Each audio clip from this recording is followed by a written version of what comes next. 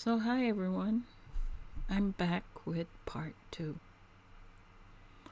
Okay, before I get into anything, let me ask you all, if you haven't subscribed, please subscribe so that you can know when I post another video, and turn on the notification bell so that you'll be notified when I do post the videos. I don't usually do sculpting videos, although I've done a few before, but I have a lot of them I have not shared. I usually share the videos of the completed dolls after I'm finished the whole process, so that collectors that are interested can purchase my dolls. So one of the reasons why I did the sculpting video is because I started making dolls in 1981. And then in 1985, when I started looking at porcelain specifically to do my own sculpting and molding, so that I could be more creative by sculpting and then learning plaster mold making. At that time, it was the biggest thing I attempted until then. But I knew how to make molds before, but I didn't know how to make perfect production molds. So what happened with the dolls back then is that porcelain dolls kind of died out, the artistic porcelain dolls, because what happened back then is the dolls that were being made were copied and mass produced in China, and they had these really cheap porcelain dolls, and people started to collect these mass-produced dolls instead of the handmade porcelain dolls, and the porcelain artist doll industry kind of died because artists that used to make the porcelain dolls stopped making them, because everyone at first started buying the cheaper dolls, and then that kind of died off because there was no beauty or artistry to them. They were just cheap figurines that moved. And when people realized that, they just stopped buying them, and then even the cheap ones kind of just died off. After the hurricane I spoke about in the last video, at that time I was newly married and I had had my first child, and I was kind of focused on my family. So I always have to do something creative, and I ventured out into making polymer clay one-of-a-kind dolls. And I used to just make them for myself in my free time, which I didn't have a lot of. And I used to do portraits for my friends, make their kids and stuff like that. But I was never really happy with polymer clay because it was fragile. And those one-of-a-kind dolls were fragile. But the polymer clays improved and became more durable. And in 2006, I started selling them on eBay. And I couldn't make enough of these one-of-a-kind dolls to sell. And it was around that time I decided to go to a doll show. And it was there I was introduced to reborns and silicone dolls for the first time. And I found them very interesting.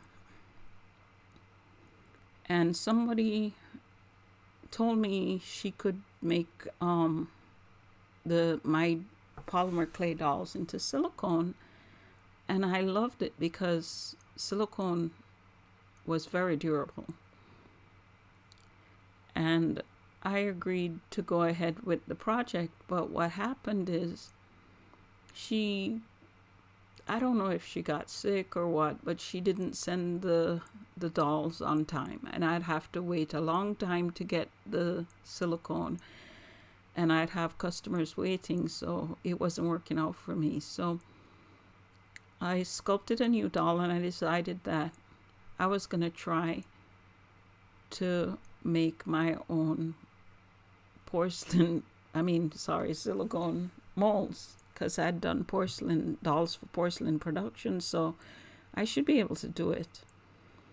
And I got all the information I could, and I made the first mold. And I didn't think it was good enough. So I repaired the original clay sculpt, because most of the time they break during the molding process. And I repaired it, and I molded it again. And I wasn't happy with it. And I'm sure I repaired and made that doll mold maybe 7 or 8 times before I was satisfied. And it took me thousands of dollars in materials, and it was so frustrating. But eventually I was satisfied. And then I introduced that doll to the community in 2008. That was when I made Adriana, which was the first doll I molded myself. And I've made many editions over the year. And that's what I'm still doing today. But why am I here talking about it? Well, it's because every doll I ever made, I have sculpted from scratch. I start with a piece of foil and I make it into the armature that I want, depending on the doll that I want. And then I build my clay sculpture on that foundation. I've sculpted every doll I've ever made. And I hear people say, I don't know how it got like this in the community, with all the copying and the stealing and this and that. But this started happening years ago. I made a doll called Jen. It was my first silicone doll kit. I sculpted that kit in 2011. And later on in 2012, when I made my first full silicone doll, that was Janica, someone sent me a picture of a full silicone doll that was being offered to her. And that full silicone doll was made from my silicone kit Jen. They put it together on a body, and I couldn't find out who had made the doll or what they were doing with it, but it was my doll. They just took my work, put it together, and they were selling this doll. Now, nobody was saying all this was being copied or that was being copied back then, and I was shocked when I'd seen it. My heart sank. But that was my first introduction to dolls being copied. I didn't even know who was doing it. Somebody just sent me a picture, and I didn't know what to do about it. I think at that time I decided I was never going to make a full silicone kit, because I was kind of angry, and I think I stopped making silicone kits after that. Anyway, until years later when I decided to go ahead and make them, and believe it or not, the first full silicone doll kit I made, somebody copied it. Anyway, so people were duplicating other people's dolls. They were duplicating, from parts of the dolls and making them into full silicone dolls. And collectors were buying them. I like to think that some collectors didn't know, but they just wanted a doll. And it was difficult to get dolls because, only a few artists made them at the time. And, some collectors didn't see anything wrong with it, but over the years it grew and grew, and people just ignored it like it was okay. I've seen these dolls on YouTube and Facebook, Instagram, and the dolls I'm talking about were not produced in China. These were silicone dolls made by people here, right in the United States where we were. And some of them were being made in Europe also. It has, Recently, I heard about all these dolls being produced in China. They're using dolls that already exist to create them. Artists' dolls. They just get another artist doll and send it for production. So first I saw it in silicone, but now they're being mass produced. All I'm saying is that 10 years ago, when they were being done on a small scale, and nobody really did anything about it, and it was supported, it just grew bigger and bigger until now it's out of control. I have some concerns that the reborn doll community is going to end up just like the porcelain doll community. And then we won't have nice dolls anymore.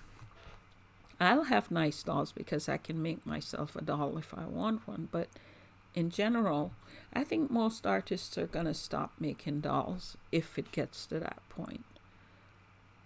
People, the reason that I stopped sculpting recently and I took a break is because it was just too much to watch other people take my work that I spent hours sculpting.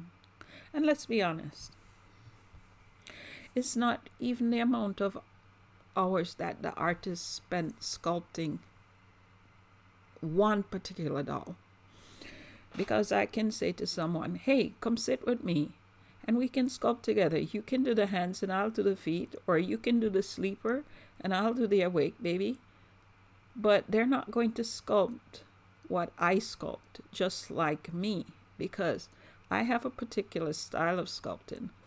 And although it's not to every collector's taste, there's some who like it. And likewise, every other true artist out there, not the ones putting together other artist sculpts, even if they tweak it a little bit to change it. And some even say, if you change it this much percent, it's not copying. Well, let's see how far they'd get if they started without the other artist's work to work on top of, and see how far they'd get. I don't care how they dress it up or try to make it right. It's stealing. And when does it start being wrong? Anyway, every true artist out there has that special style that collectors and other artists admire. Now, I've been sculpting dolls in particular since 1985. So when you take someone else's work, when you take my work, for example, that I've been having all this experience, that's over 35 years of sculpting dolls. That's why they take the work from the experienced artist. They're not just taking the hours spent sculpting this doll. They're taking all the experience of all those years and years of practice. Because, let's be real, if anybody else sculpted it, no matter how much time they took, it wouldn't be worth the same. Let's put it in a way that they'll understand, because the experience it takes to create something beautiful is not theirs. That's why they take it from experienced artists. Because why are they going to take it from the ones that are not going to get the attention they need to sell? So they take from the artists that have all this experience. They're stealing that artist's potential. All the years and years of perfecting their art. That's what they're stealing. Because they don't have that experience. Now, I don't get on here usually and say anything, because that's not my nature. But just like I watch the other artists trying to educate the community, hoping collectors will stop supporting the cheaters. And even outing some cheaters that stole and were caught, the fake artists, and yet the same artists still continue to do what they do. And they're supported because they wouldn't be doing it if nobody was buying the work. They're not just making these dolls and keeping it for themselves. They're selling them. I see it, but do the collectors see it now? Do all the artists see it now? It has continued for so long. Anyway, that's why I took a break and seriously thought about not sculpting anymore. It's happened over and over.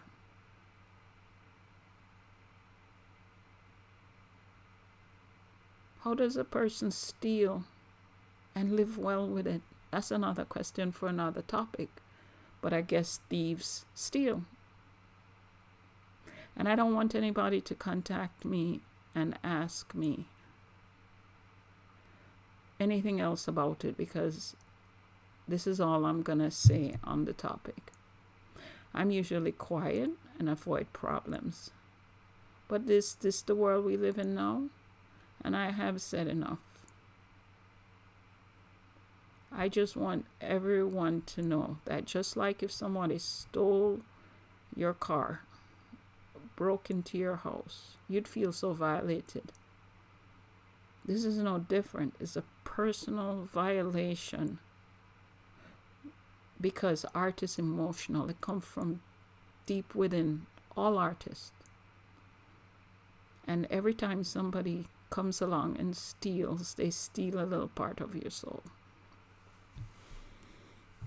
Recently, I saw one of my dolls stolen again.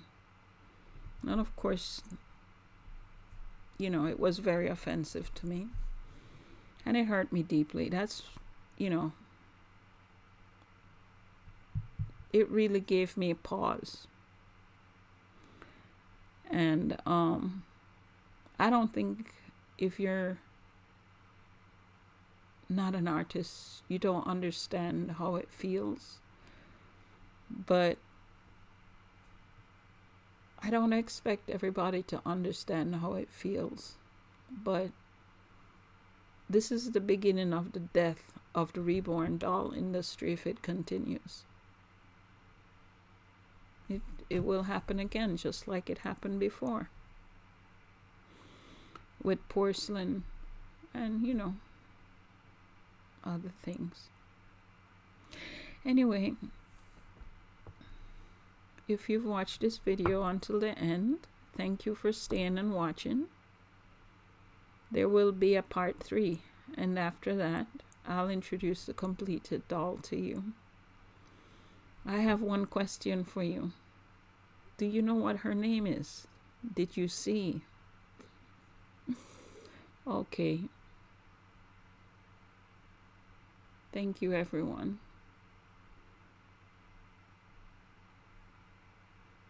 Have a great day. Bye-bye.